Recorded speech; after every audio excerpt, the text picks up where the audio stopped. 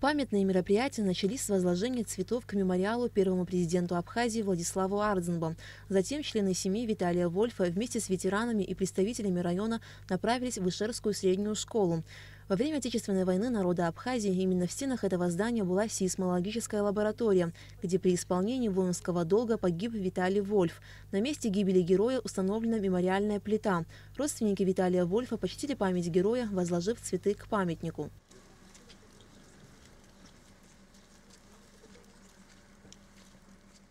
Затем все направились в музей боевой славы, который временно разместился в Ишерской школе.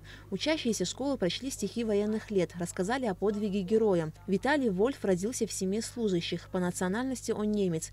В 1990 году был призван в армию, служил в воздушно-десантных войсках в учебном центре в Литве. Затем бойцу довелось попасть в знаменитый 345-й гвардейский отдельный парашютно-десантный полк. В августе 1992 года полк был переброшен в Абхазию для обеспечения безопасной эвакуации российских граждан из зоны конфликта и охраны важных военных объектов. Среди таких объектов была сейсмологическая лаборатория в Нижней Ишере. 27 марта 1993 года лаборатория подверглась минометному обстрелу. В результате линия связи была повреждена. Возникла реальная угроза жизни десантников, находившихся на объекте.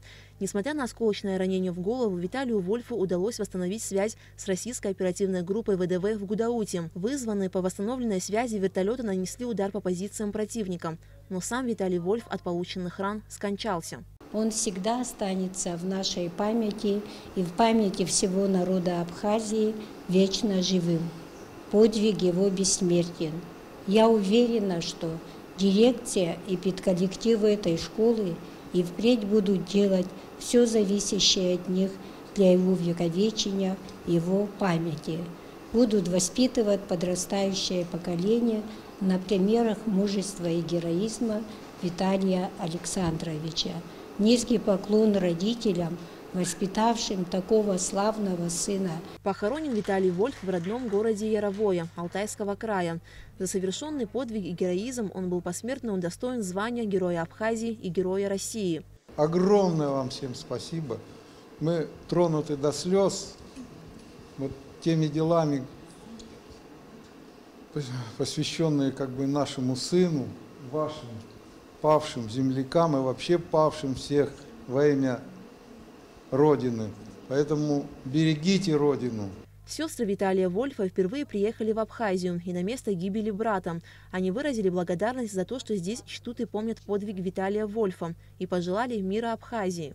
Абхазии я желаю, чтобы количество фотографий героев, погибших, не прибавлялось никогда. Я желаю вам просто мира после всего такого, что вам пришлось пережить. В завершении мероприятия коллектив Ишерской средней школы вручил семье Героя Абхазии и России Виталия Вольфа памятные подарки.